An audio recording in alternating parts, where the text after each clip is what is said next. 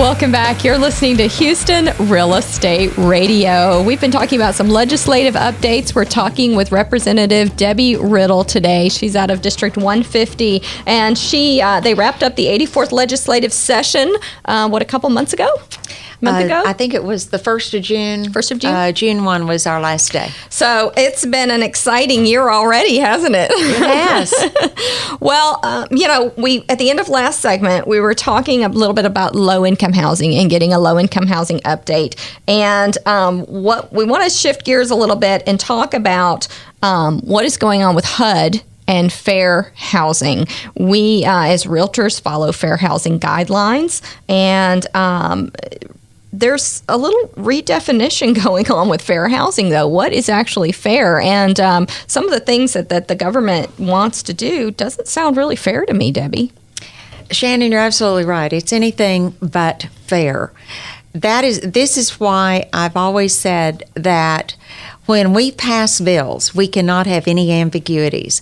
We have to define every single word, every dotted I and crossed T, because we might know the definition at that point in time, but somebody else could come in later with a whole different agenda and change the definition. Mm-hmm. That is exactly what has happened to our Fair Housing Act. Originally, it started out that if someone had worked hard, earned the money, and they wanted to move into a certain area, mm-hmm. that they would not be denied from doing that because of their race or creed or color or religion or something of that sort. Mm-hmm. And that is fair. We understand that. But the Secretary of HUD, Secretary Castro,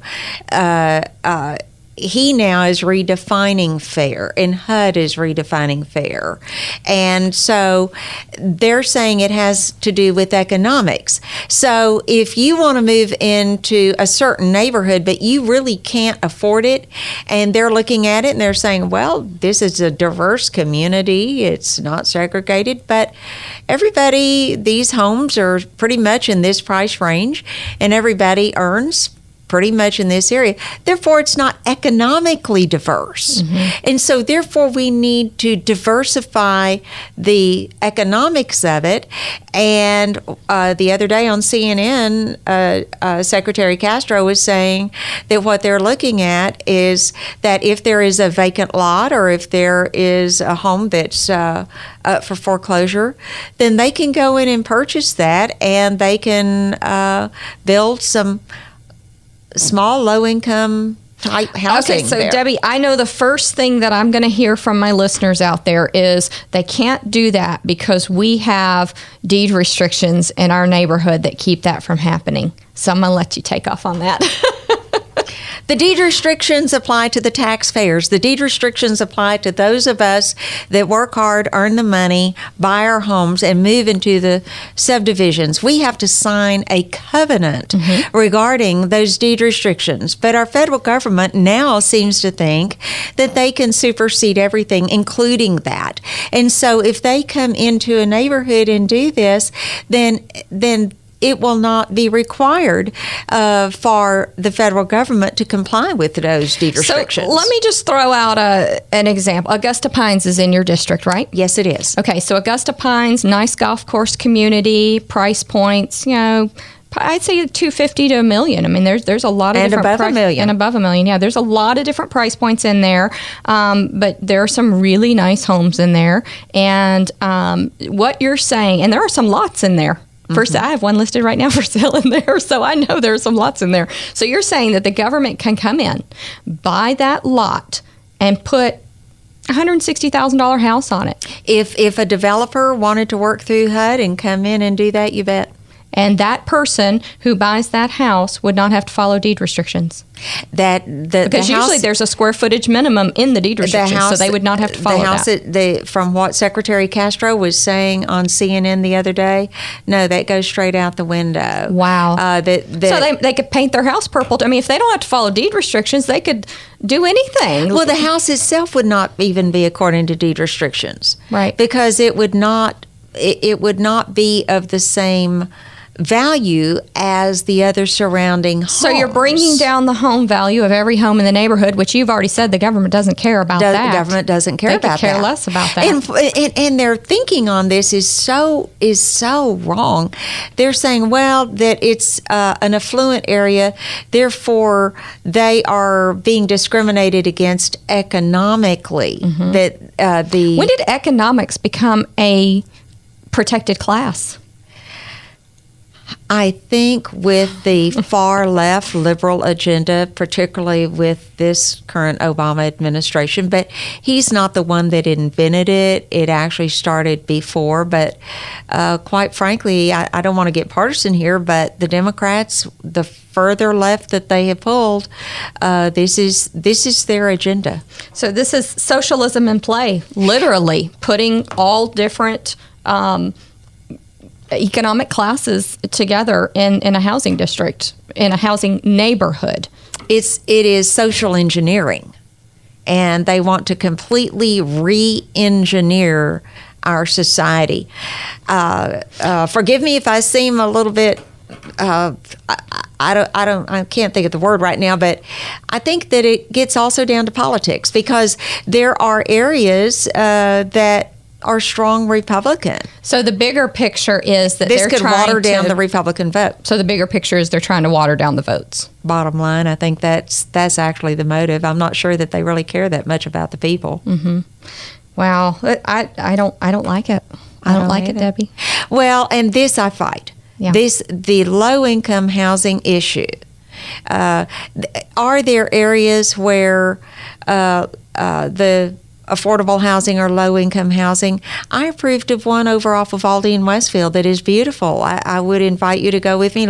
Let you see it. For our senior citizens that have strict rules. Mm-hmm. In other words, grandkids can't move in. Right. Grown children can't move in. Grandkids can't stay longer than 48 hours. This keeps it a real senior citizen. And this is our greatest generation. And they deserve to live with dignity. Mm-hmm. And I am in favor of this.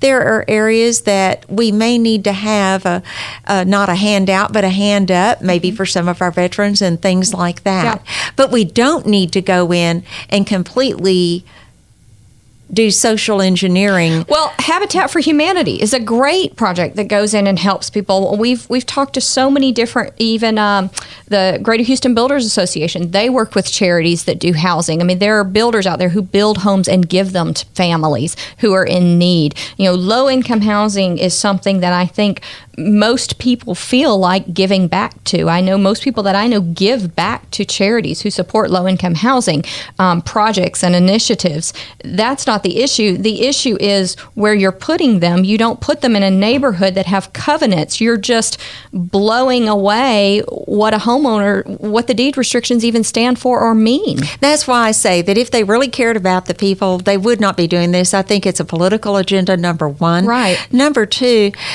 when it comes to, and I've said for many, many years that we do have an area where we do need to take care of folks. I mean, that's we're a good-hearted people. Yeah. We need to take care of our oldest and our youngest and our sickest and our veterans. Mm-hmm. But if you don't fall into that category, get a job and work like the rest of us.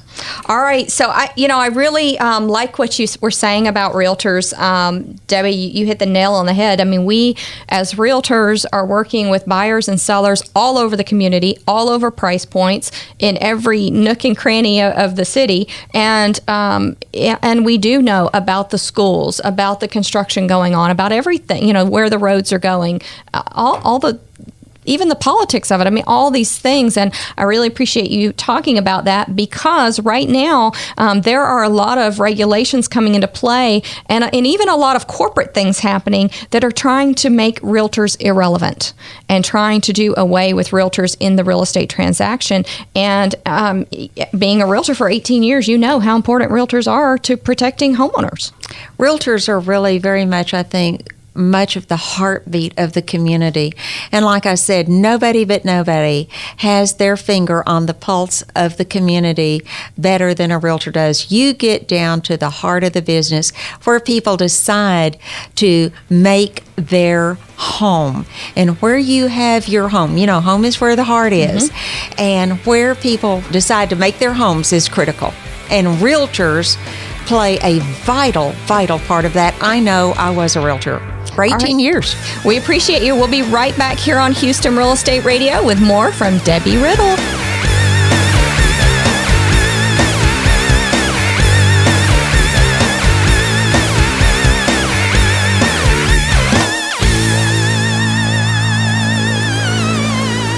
People often find themselves in need of storage and moving, but don't want the hassle and stress. Sound familiar? Well, at Zippy Shell, we make storage and moving easy. Zippy Shell will deliver a storage container to your home or business. You load it at your leisure, and we'll take it to one of our safe, convenient storage facilities. Or ship it to your final destination. We treat your stuff like it's our stuff, because we understand you're not just giving us your belongings, you're giving us your trust. Zippy Shell.